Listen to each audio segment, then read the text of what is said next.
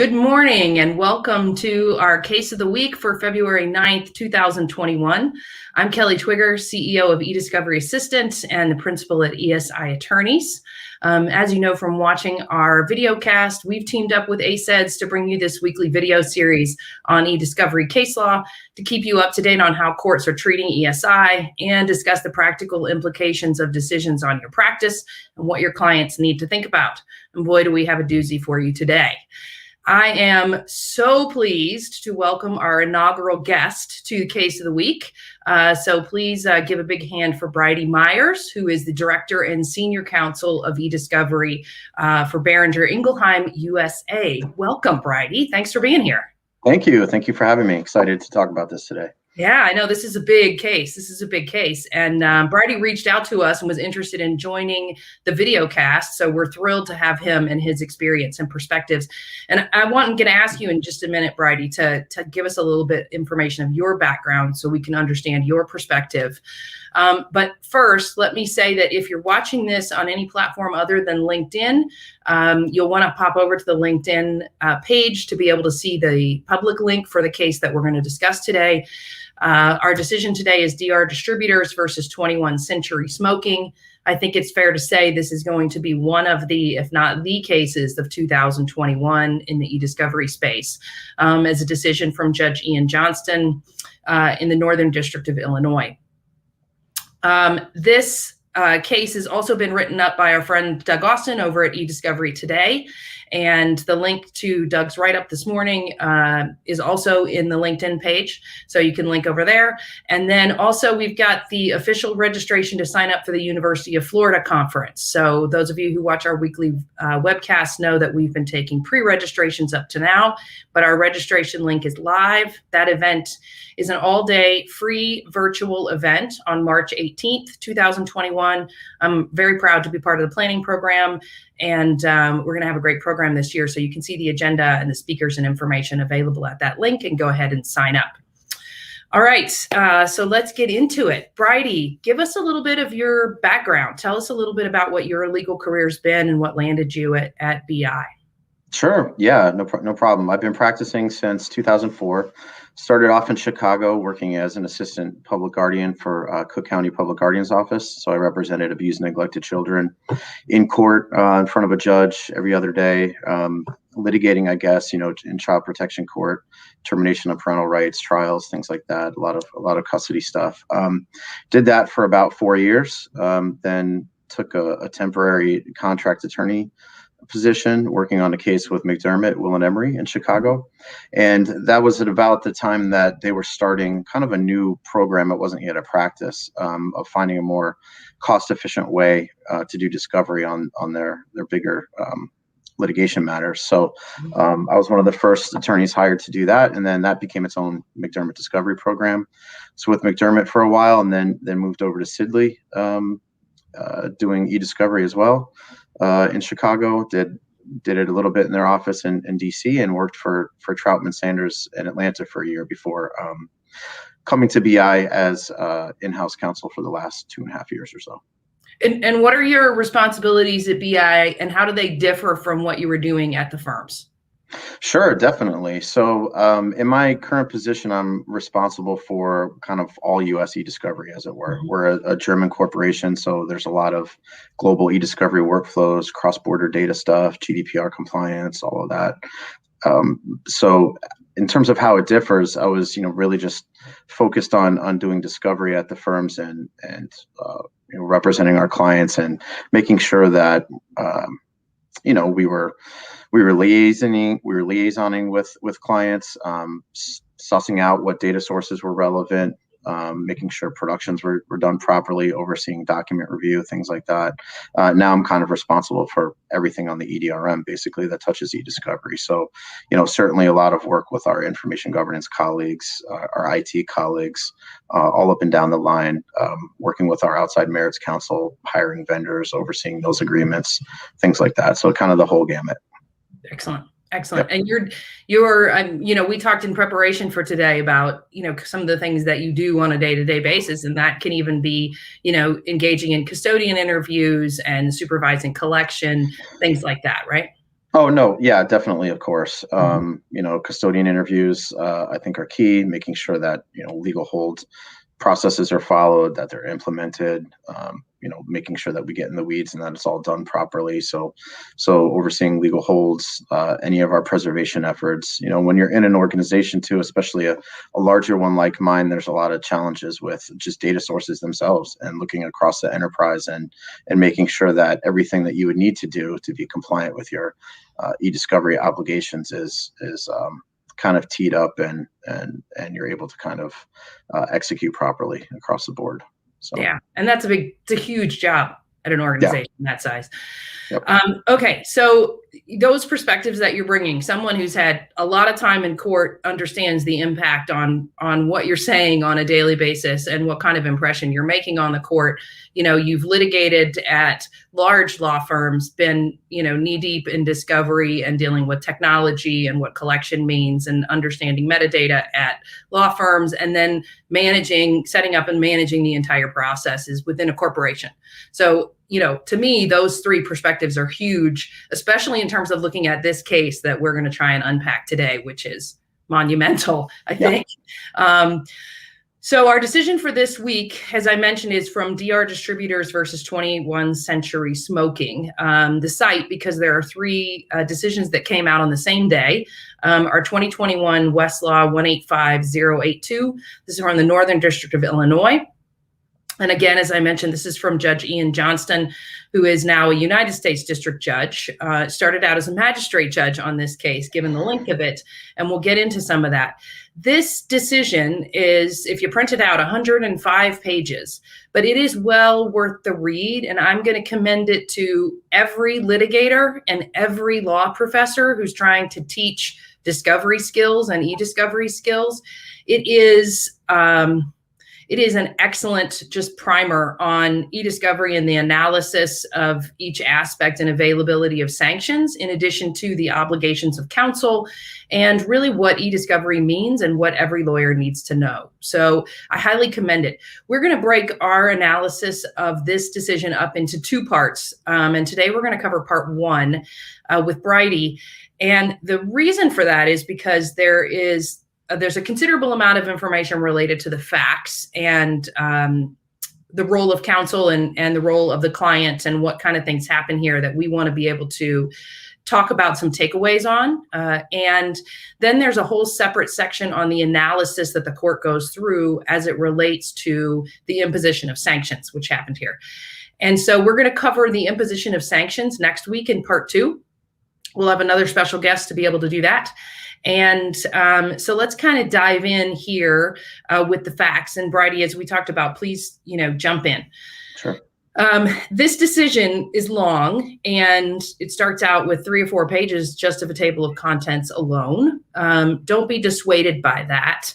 And I would definitely start with, the decision wraps itself. So it's a little bit circular. The judge starts with kind of conclusory statements and looking at testimony, and then he gets more and more and more granular as he goes through the decision. So it really does build on itself. It's written a little bit differently than your average decision, but because of the length of it and the complexity of the case, it's appropriate, to say the least. So what are the facts? The facts are this. Both DR Distributors and Century Smoking are companies that sell e-cigarettes. This case was brought in 2012 by DR Distributors against 21st Century Smoking as a trademark infringement case. DR Distributors owns the phrase 21st Century Smoke, and the parties agreed within the context of the litigation that the marks that they hold are confusingly similar. If you're familiar with trademark litigation, you know that the key elements in a trademark case is whether or not there is customer confusion. And in this particular case, the court makes note that all of the documents that relate to customer confusion are in fact ESI. So DR Distributors entered the e-cigarette market in 2010. At the time, 21st Century Smoking was already in business and had been working with an overseas SEO expert from 2009 to some point in 2010 or later. And that becomes very important because of the infringement claims. The defendant learned about the plaintiff's trademark in July 2010. So the question becomes, and it's not really articulated in this decision because there's no discussion of when the duty to preserve was triggered, but it becomes a question of whether or not the duty to preserve information might have been triggered as early as July 2010 when the defendant knew about the plaintiff's trademark. As early as October 2011, the defendant had the plaintiff's trademark inserted as a meta tag on the 21st Century Smoking website in order to drive traffic to the defendant's website. So they essentially took the plaintiff's mark, put it in a meta tag on their website so that when someone searched for and that hit came up, it would drive them to the 21st Century Smoking website instead of to the DR Distributors website. In September 2012, the plaintiff filed a complaint for violations of the Lanham Act, infringement, deceptive trade practices, as well as a number of other claims. 21st Century Smoking asserted counterclaims, essentially counterclaiming for all of the exact same claims. Both parties agreed that this was an 8-figure case. So we're talking about billions of dollars. The case is, as we know, because we just got this decision a week ago, 9 years old. And this judge, Judge Johnston, got the case in 2014 as a referral from the district judge. He immediately held a conference to address ESI issues and specifically asked whether a legal hold had been issued, whether a protocol was in place, and whether the the prime witness for the defendant was well-versed in ESI and knowledgeable in order to be able to respond to specific questions about ESI. In essence, what the judge said is, I don't want this case to go down an eDiscovery rabbit hole, and I want to make sure that you're all doing what you're supposed to be doing. All of the parties indicated, or the defendants indicated, I should say, this entire decision is written about the defendants. There's very little mention of the plaintiffs other than their positions. The defendants indicated that, in fact, legal hold had been issued and that their witness was knowledgeable about ESI-related issues. Discovery closed in the case in June of 2015, so a little over a year after Judge Johnston received it. During discovery, the defendant was told, or the defendant witness, whose name was Brent Duke, told counsel that all of the information related to 21st Century Smoke was on 4 computers in his possession, and he provided those 4 computers for imaging. The 4 computers were imaged by a discovery vendor called 4Discovery, and search terms were determined by defense counsel. Those were applied to data that was collected from those 4 computers, and that information was produced in discovery. We're going to talk a little bit more as we get into the facts about the meetings that were held with the witnesses and the different players that were involved here. But from a timing perspective, keep this in mind. So discovery closed in July of 2015, or in June of 2015. In July of 2015, so a month later, the plaintiffs filed a motion to compel seeking communications between Brent Duke and his SEO expert, because those had not been produced in discovery. That motion to compel continues to move through the system. In January 2018, the plaintiffs also file a summary judgment motion alleging withheld documents. And at that time, the defense scrambles to figure it out. There's a whole discussion of that within the opinion, and suddenly uncover hundreds of Yahoo emails, web-based emails that had not previously been produced, and use them in support of their summary judgment motion. So there's not even a discussion as to whether or not those emails were produced, just that they were used in support of the summary judgment motion. Then in May of 2018, the defense finally searches the Yahoo account and finds 15,000 additional pages of documents that are response to the search terms. And there's still no discussion at all of a Yahoo chat function, which we'll get to. even though counsel knew about the Yahoo chat and had produced a screenshot of a chat. So that's May of 2018. Fast forward to 9 months later, May of 2019, March of 2019, I'm sorry, plaintiff files a motion for sanctions for all of these discovery violations. And in May of 2019, a few days before the defendant's response is due to the motion for sanctions, Brent Duke finally tells his lawyers that he has a subsequent email account that has never been searched, which are referred to as the GoDaddy emails. So he had a web-based account that was hosted at GoDaddy.com. At that point, the counsel informed the court of their client's failure to produce this information, and every single one of them moves to withdraw. So all of the decision refers to former defense counsel, and they discuss each one of them by name. So at this point, we're at the basis for the motion for sanctions, which is a failure to timely produce ESI and spoliation of ESI, as we're going to see the Yahoo chats and many of the GoDaddy emails are gone as a result of practices and failure to preserve them. The court then holds on the motion for sanctions 5 days of evidentiary hearings. 5 days. He even specifically discusses that they go late into the night. And during that hearing, and sorry for going on about this, Briordy, but there's a lot of facts here to unpack. Sure. We learned that trial counsel never issued a legal hold, did not know about the web-based email accounts for GoDaddy or Yahoo, or that Yahoo chat was used to coordinate with the SEO consultants. They did not instruct the client to disable auto-delete on the GoDaddy emails.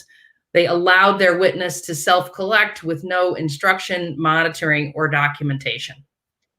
So that's just the tip of the iceberg of what we start to learn at that evidentiary hearing. And one of the reasons that the decision is so long is because there are so many facts and credibility and determinations that the court unpacks from that.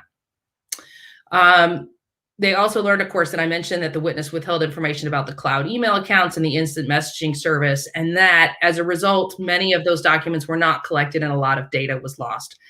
There are specific discussions about failure to produce an online sales document, failure to produce video and recordings of the plaintiff at a trade show. And so there's a lot here in terms of facts that really beg the question of, what counsel were doing. The court also learned at the hearing that counsel neglected to address false sworn testimony of Brent Duke and failed to inform the court when they learned of spoliation of ESI issues, and that they really did nothing but rely on their clients and continued to repeat the same failures, even upon notice of ESI issues. So,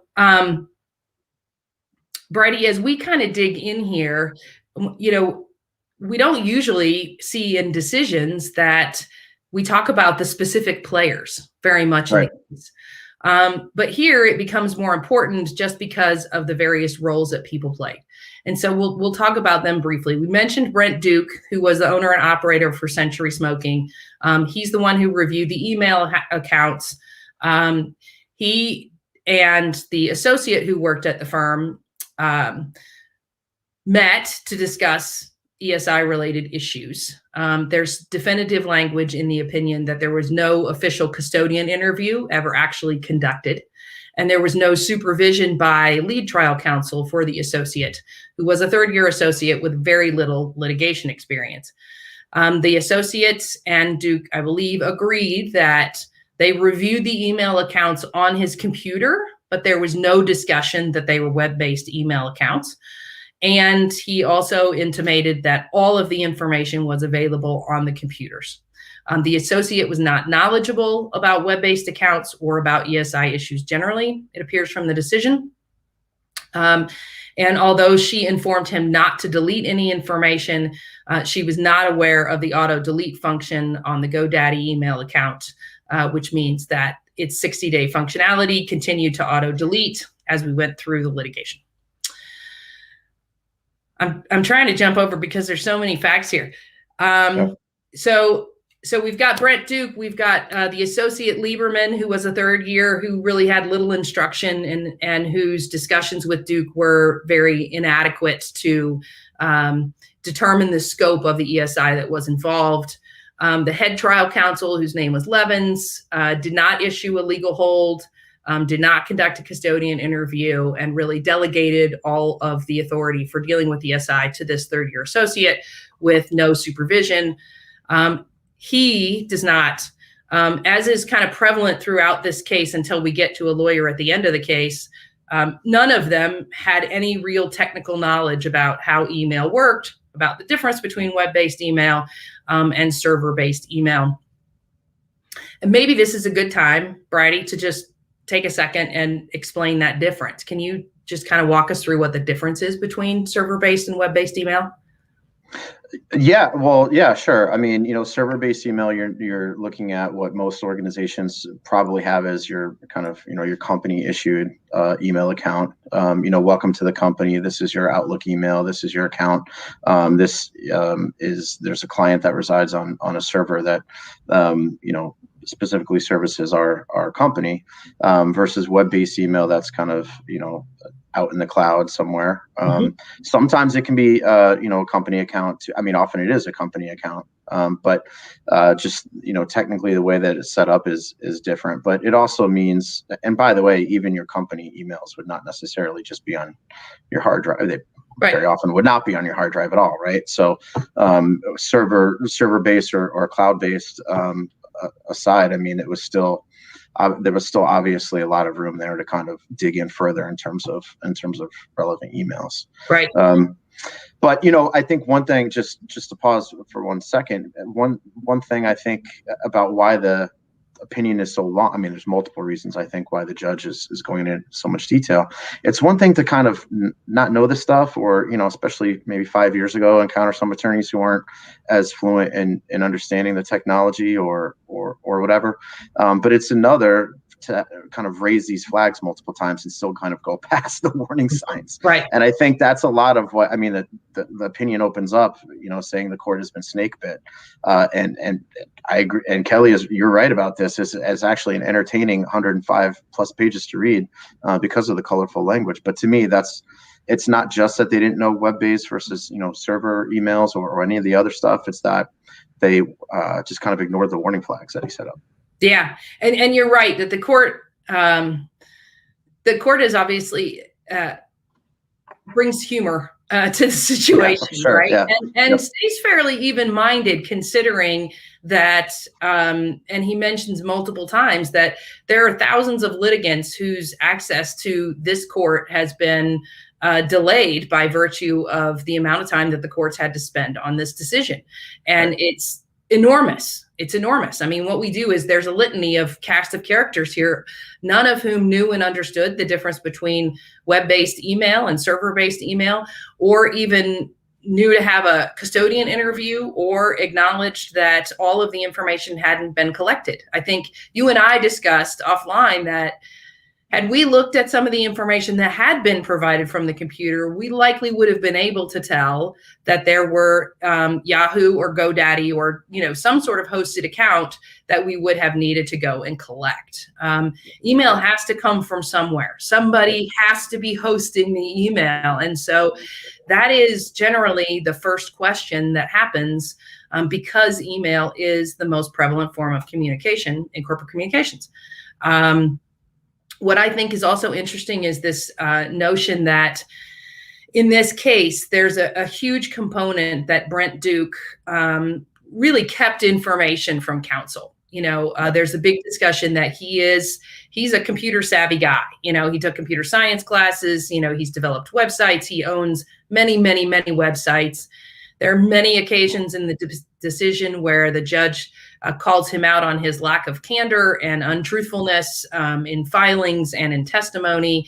And so, you got a bad client here. And so one of the things that we're going to talk about in a minute is how do you deal with that from a perspective of your Rule 26G obligations in order to prevent exactly the kind of sanctions that occurred here. Yep. we'll skip forward a little bit because I don't want to spend all of our time on the cast of characters. But in essence, one thing that I do want to add is that at one point, Lieberman and Levins, who were the first trial lawyers on the case, did go out and hire an eDiscovery expert. They hired Chad Goff, who's out of Chicago at For Discovery, an incredibly knowledgeable expert who could have helped with everything here. Could have done a custodian interview, could have identified the web-based email accounts, could have collected them, could have run the same search terms against them, and could have produced that information. And essentially that ends up to be his testimony at the evidentiary hearing. So I think the point that I would make, and I'm, Briordy, I'm curious as to your thoughts, is if you don't know what you're doing, you need to go find somebody who does. Sure. Oh, definitely. I think that's true no matter who you're talking about in the situation in terms of the cast of characters. I mean, if you're the client, make sure that, you're aware generally of the importance of ESI, if for no other reason than the role of ESI as evidence in your case. But it's one thing for you not to know that, but, even just asking your vendor, is there anything else that you would ask? Right. Maybe even those questions might have helped, right? Right. And I feel bad for the vendor getting pulled into this, frankly, because you shouldn't have had to be involved and answer for what he did. And I think they tried to shift some of the blame to the vendor. But he's like, look, this is what I was hired to do. That's what I did. Right. And that is very clear. Something that the judge did really well in this decision is poo-poo the ability to shift blame to the vendor, because he was very specifically called out. And we've seen that situation where we've been brought into cases and the vendor has been given very specific instructions and not given additional information, and they can't make stuff up. They can't read the tea leaves. I mean, unless you tell them what the sources of information are that you have, and let them help address the challenges with each one of those sources, and then document what's done, then you're going to have problems. And that was another issue that the court called out here, is that there was absolutely no documentation of any of either the meeting with Brent Duke about the sources of information, about what was covered there, or about anything in this case. And that's that. For those of you who watch our weekly webcast, that is a constant theme of mine: document, document, document. So okay, so let's fast forward a little bit into the analysis, Briordy, because I want to get to your takeaways. The court found that the importance of the ESI to the case was completely pertinent to customer confusion and market penetration, both of which were all about ESI here. The plaintiff's primary position in the case was the placement of the meta tag on the website by the SEO consultants, and the fact that all that traffic was diverted, and that all of the communications about putting that meta tag there were in this Yahoo chat, which was ultimately lost because it was not collected. And then Yahoo disabled the chat functionality in, I believe, 2018. So they had 6 years, either 4 years or 6 years, to be able to collect the chat information. And because Brent Duke didn't fess up that it existed, it was not collected and lost. The court also didn't believe that any of the former defense counsel intentionally destroyed, withheld, or hid ESI, but he was not as confident of Duke's actions and inactions. And I think that may be the most important point here, because we're not talking about terminating sanctions in this case, are we? Right. No, exactly. I mean, it's interesting because, this opinion is so long and the judge goes into so much detail here. But ultimately, this is not terminating sanctions. Yeah. So and we're going to cover the explicit sanctions. But basically what we will tell today is that the judge found sanctions under Rule 26G, under 37A, B, C, and E. And there were many different sanctions that were laid out, including monetary sanctions against both the client and counsel, as well as instructions to the jury and the barring of any information that was produced. The defendants were not allowed to use any information that they produced after the close of discovery. So that was very significant. Plaintiffs could use it, but the defendants couldn't use it. So, Briordy, let's talk a little bit about takeaways from this decision from your perspectives, both as in-house and as firm. Sure. Yeah. So, in-house, I think, what it reminds me is just, frankly, the challenge of accounting for all data sources. Now here, it shouldn't have been that challenging, right? You have web-based email. You should have talked about your email from a client's perspective. But in general, I think it's a challenge for a lot of us who are in-house to make sure that we're accounting for whether or not custodians are using personal email for business purposes, for example, or are they using chats? The ephemeral nature of some instant messaging makes things even harder to kind of put your arms around. So that's just kind of one general reminder from this case, even if the facts of this case, it was a little bit more straightforward. How does this case impact your thoughts about the importance of eDiscovery knowledge from your outside counsel perspective? Yeah, sure. So, I think it's on some level, the lessons to be learned from this case are not new for those of us who practice eDiscovery, right? It's kind of the same things, make sure you issue a legal hold, make sure you don't allow the custodian to self-collect, all of that stuff, make sure you document your processes. But it's filled with so much drama because it goes to the heart of these relationships. If you don't, first of all, I think broadly what this case is saying is that every attorney needs to have a sufficient amount of ESI knowledge just to be able to kind of ethically represent their client, right?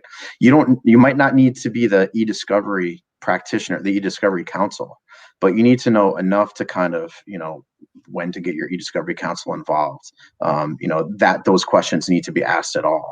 So I think that on some level, it's, every attorney, the lesson is for every attorney. But then, definitely, I think it shows the importance of practitioners who maybe like you and I who focus on eDiscovery and can kind of get into the weeds in this stuff and are used to talking to vendors about, how to collect this data, or just used to, challenging our clients, whether that's internal or external, to kind of really tell us where all the data is. So how do you pull together a team approach? You've got a vendor, you've got yourself in-house, but you've also got outside trial counsel. What are the important things to communicate both with the vendor and with outside counsel? Yeah, sure. So I think high level, the role that, just talk about it this way, the role that eDiscovery counsel often plays is connecting kind of the merits and the technology a little bit, right? Because we speak both languages. So it's impressing upon, and it is a team approach. You're right about that. It has to be a team approach. If the folks who were doing kind of the on the ground ESI work, vendors, maybe even some of your IT people, if they don't have the context for why this matters, the merits of the case, you don't have to go into the granular details of the Lanham Act for sure, but if you don't give them that context, then maybe their sense of urgency and purpose isn't quite where you need it to be to kind of get the ESI work done. Same thing on the merit side. If you're not establishing a regular communication pattern with your merits counsel that impresses or reminds them of, there are cases like this out there, if nothing else, but of the importance of getting this right to the merits of the case, then something is going to be lost as well. So for me, the team approach is really just kind of bridging all of those gaps if there are any. And what about timing in terms of the team approach? When does eDiscovery counsel get involved to make it the most effective? We've talked about this, giving my druthers as early as possible. I think, if there's something, and I guess it depends on, well, maybe it doesn't depend if you're in-house or outside counsel. If eDiscovery counsel in general, if you're starting to think that there might be a reasonable anticipation of litigation, you should probably get eDiscovery counsel involved. And very often that's before a complaint is filed, right? That's not all the time. Sometimes it's when the complaint is filed. Well, sometimes, here in the instance when Duke had seen the trademark and perhaps was putting it in a website as a meta tag, he might have anticipated that someone was going to be a little upset about that. Right, exactly. And if you kind of go through the facts and kind of how he didn't really come out with his knowledge about that, right? And there's some theories about he was trying to kind of piggyback on the plaintiffs for a while and purposely didn't bring that to the forefront. Then he certainly must have been thinking about the potential of litigation, or at least some dispute over the trademark. So yeah, exactly. What kinds of things from that team approach, again, what kinds of things do you normally share with your vendor in order to make sure that they're in the loop on what you want to do for a given matter? Yeah, sure. So I think, vendor can be very broad, depends on, are you talking about like your document review team? Maybe they Yes, do get, I like to use yeah. the term service provider more than vendor, I Oh should. yeah, sure. Yeah. Service provider, which is kind of what I was thinking of initially too. But I mean, at the very least, ESI production protocols. And by the way, it's a plug for production protocols on almost every Right. case. Yeah. A lot of folks resist that too, right? Especially I know in IP cases sometimes. But certainly the ESI production protocols, if you're talking about your service provider.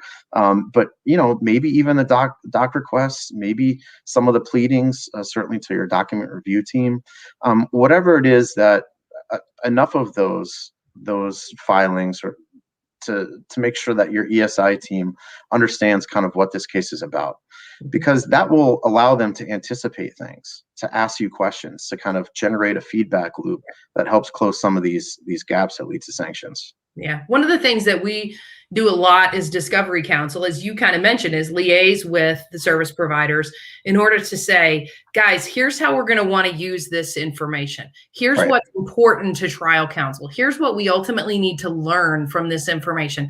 How are we going to set up the database? How are we going to organize this information? How are we going to use some outside tool to recreate the look and feel of this information so that we can use it effectively? We can get the timeline. We can understand the flow of information in this particular technological way in order to understand the impact for the client and prepare for depositions, know what we need to follow up on discovery, etc. Yeah, exactly. And I think, unfortunately, what you outlined is, and what we're talking about is still kind of a progressive approach. Yeah. I mean, I think there are still a lot of teams out there who think of it as task execution. Okay, we'll talk to you when we need to get the production out. Yeah. Or something like that. And you can see for discovery, the lesson is in this case, what happens when you just, the only time you loop in your vendors when you kind of just ask them to do one or two things and that's it.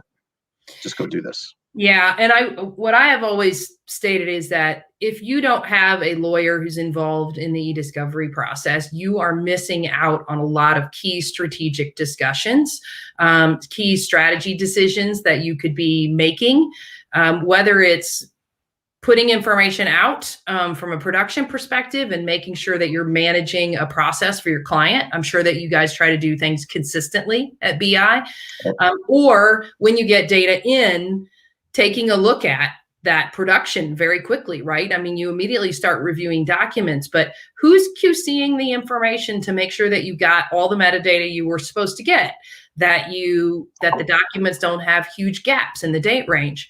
I mean, a lot of times we're getting information in so quickly and trying to use it to prepare for depositions. We're not able to do that analysis on the productions. And there's so much there to be done with ESI, so much more information that is available as evidence. And we gloss over it. We lose a lot of it because we don't allow someone with that expertise to be, involved. It feels like not the norm. Right. Exactly. Yeah. It's why the kind of team experience is so important, because you want to empower your partners, your vendors, to kind of speak up and bring those issues if they spot them to you.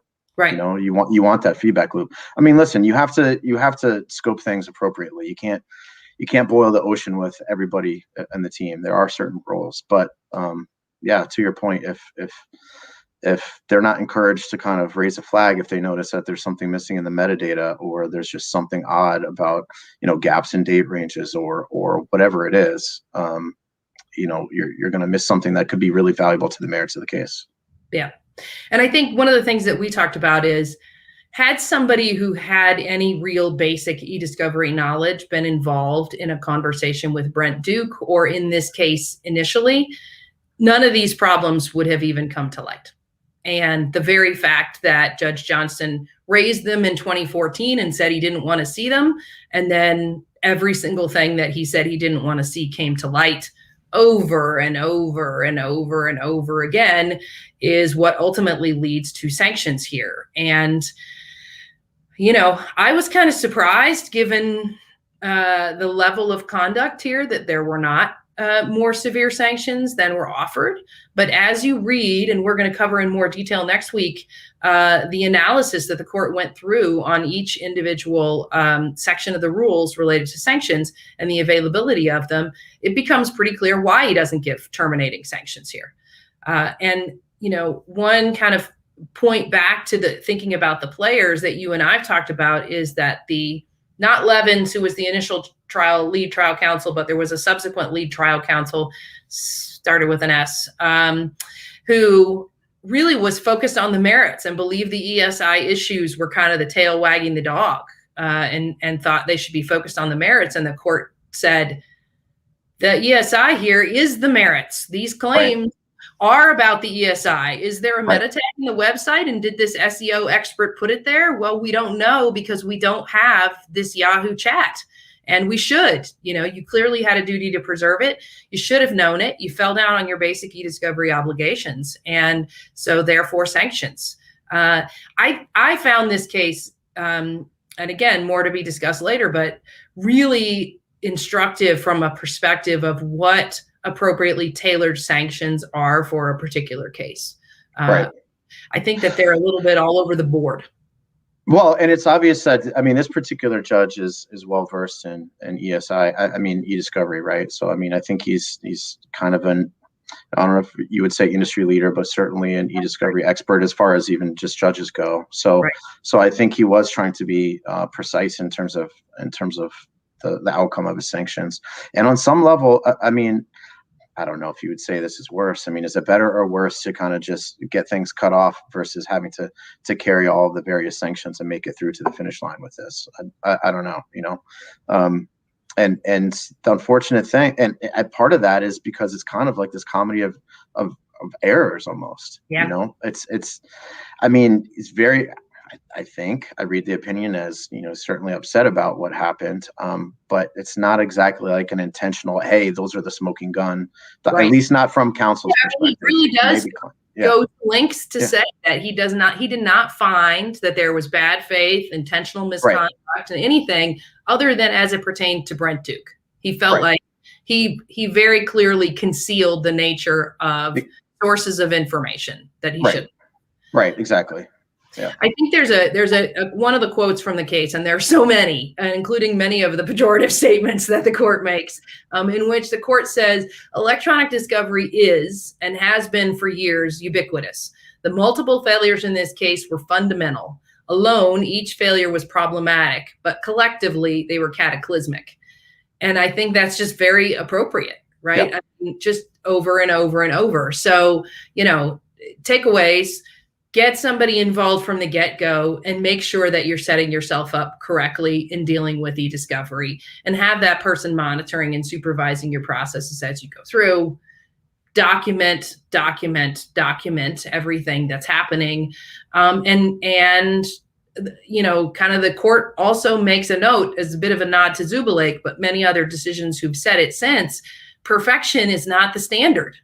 You need to take a reasonable approach and make reasonable decisions and be able to stand up before the court and articulate that you've taken the steps that you should take as a basic eDiscovery, you know, under your obligations.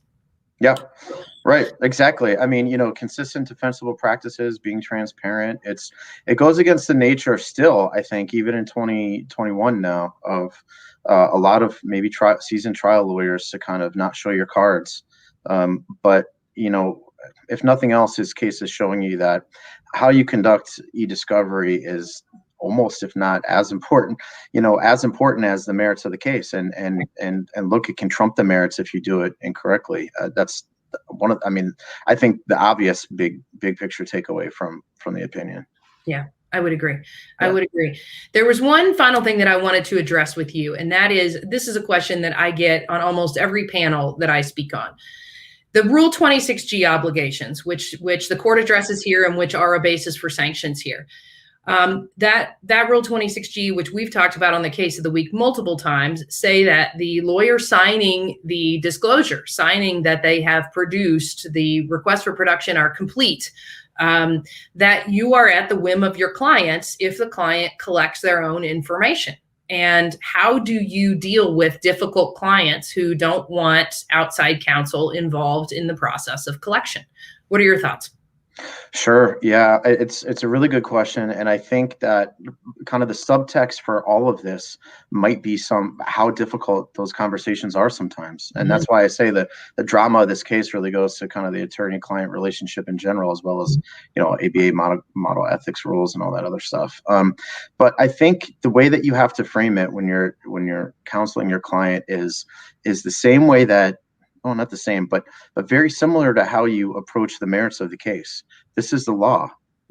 I am simply doing this because, we need to make sure that for our case to be sound, that we have checked these boxes, and this is an obligation that is as important as the merits of the case. And in fact, if we get it wrong, it could impact the merits of the case. So I think, sometimes they are difficult conversations. But, here's the lesson I've learned a long time ago. It just, no matter whether you're in-house or outside counsel doing eDiscovery, if you're eDiscovery counsel, is look, however uncomfortable those conversations are when you have to push back against your client and say, is that really everything? Well, what about this? What about this? And I can say, especially in-house now, the impact on the business is a real thing. This is not a small consideration or a small challenge sometimes to get this done.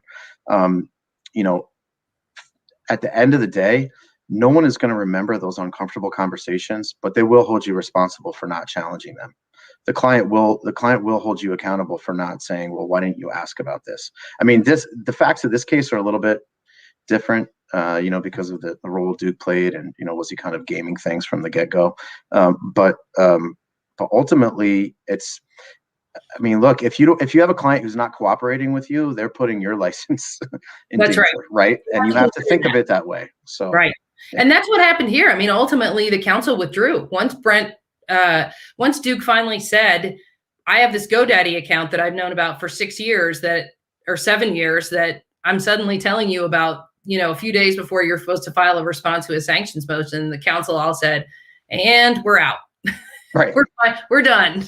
You can't keep laying this on us. So I do think that's important. The way that I approach it is I would rather have a difficult discussion with my client than a difficult discussion with the court. Right. Exactly. Yeah. Okay. So with that, we're going to wrap up this part 1 of the DR Distributors decision with Judge Ian Johnston. Thank you so much, Briordy, for joining us as our guest today. It's been great to be able to have this discussion with you and get your various perspectives. Next week, we will pick up with part 2 of the DR Distributors case, where we will go through the different bases for sanctions that Judge Johnston assigned and his thorough analysis. Again, I do commend this decision for all litigators to read. It is long. It will take you a few hours to get through it, but you need to read it. You need to understand what your eDiscovery obligations are and what the court's going to hold all of your litigators to. So if you're supervising litigation, you're involved in litigation, you need to read this decision. You need to understand it. That's it for us on the case of the week this week. Please use the link to register for the University of Florida eDiscovery Conference and join us next week for part 2. Thanks so much. Stay safe and healthy, and we'll see you next week. Thanks. Take care. Bye.